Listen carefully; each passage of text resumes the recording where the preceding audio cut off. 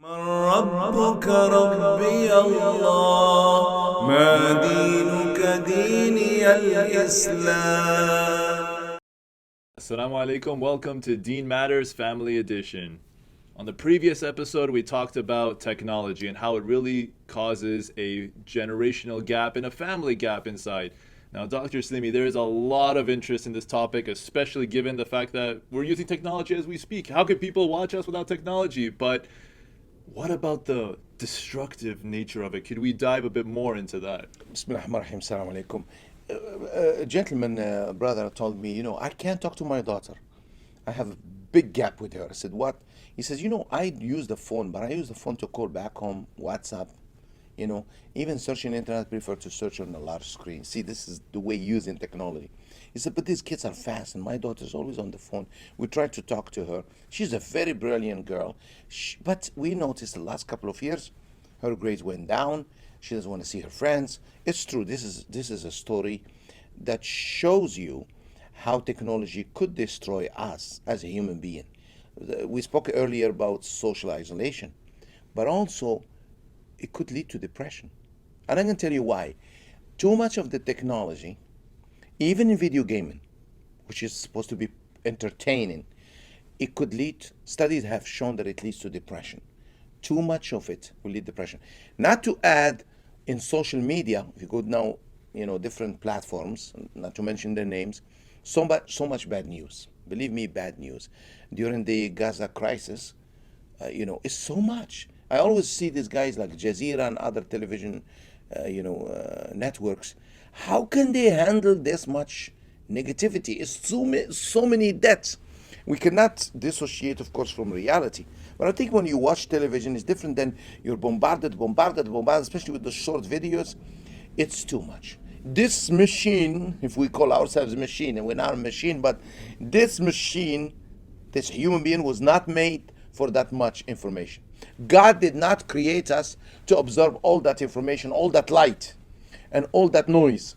No. The Prophet ﷺ in Medina, they lived, we talk about 3,000-4,000 people population, unless there is visiting people, but very small. Today would be called like small town or village. I would say it's a village based on the numbers, but Medina was a city, but it's not really as a city as we know it. Few thousands there. And they would hear news once a week.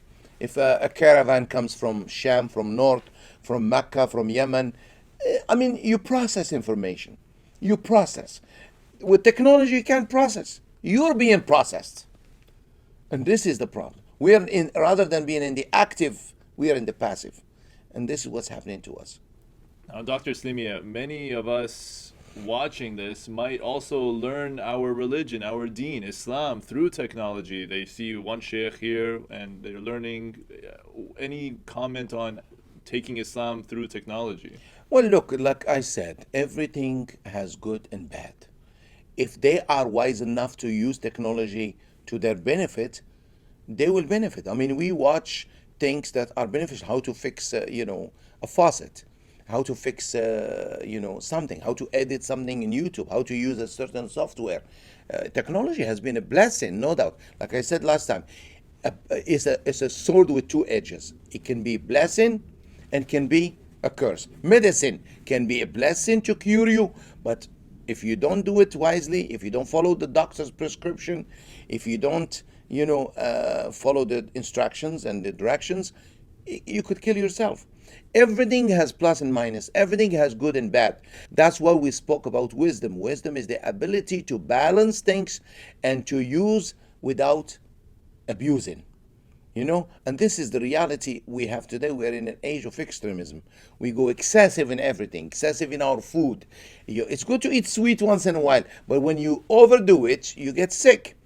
You cannot say, I will not eat sweet, I will cut down. Sugar is part of your, makeup. You have to have sugar, you have to have proteins, you have to have, water.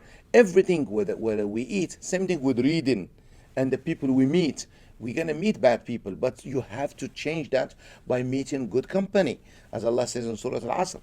So everything requires balance, but if you're only that way, of course, one side will outweigh the other side. If you're on the bad side, you will outweigh the good side, and you will become yourself bad.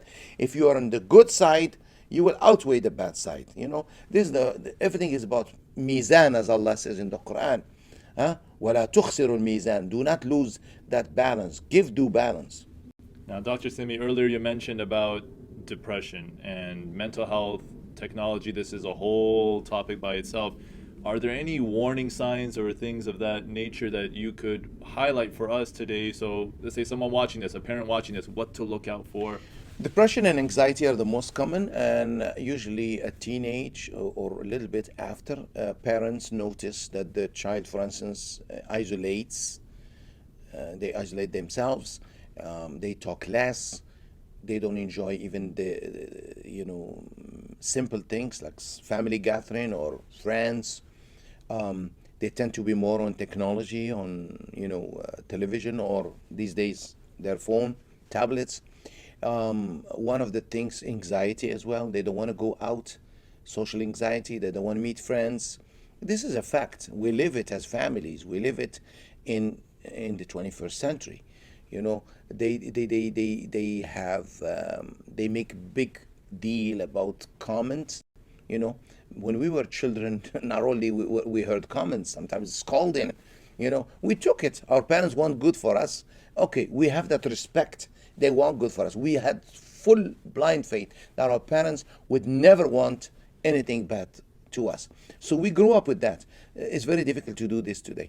And depression is being caught in, and you have an incident, at school, especially during middle school or early high school. Those little things could affect a child, a trauma, a bad comment, and that they keep hang there. Oh, if I go, that's what's going to happen to me. That's depression. Anxiety is thinking in the future. Depression is thinking in the past. You're caught. You're masked by the past. Anxiety, you're worried about what will happen. You're questioning the future. What if? And you have this fear. But it's, as the Chinese like to put it, the monster is only in your head. Okay, so when you make the idea as a monster in your head, of course, it's going to stick here. And then it haunts you and possesses you and owns you. But it's just an idea. So how do you remove that? Interaction with good people. So parents need to provide that environment. That's why we have Islamic centers, mosques, good places where there is no drug, no bad language, no abuse is allowed, strict environment, but also accommodating gatherings for the youth. It's very important that our mosques and and environments accommodate our youth, but with guidelines. Thank you, Dr. Slimi, so much for highlighting that human beings are social, not meant to be for social media. Yeah, beautiful.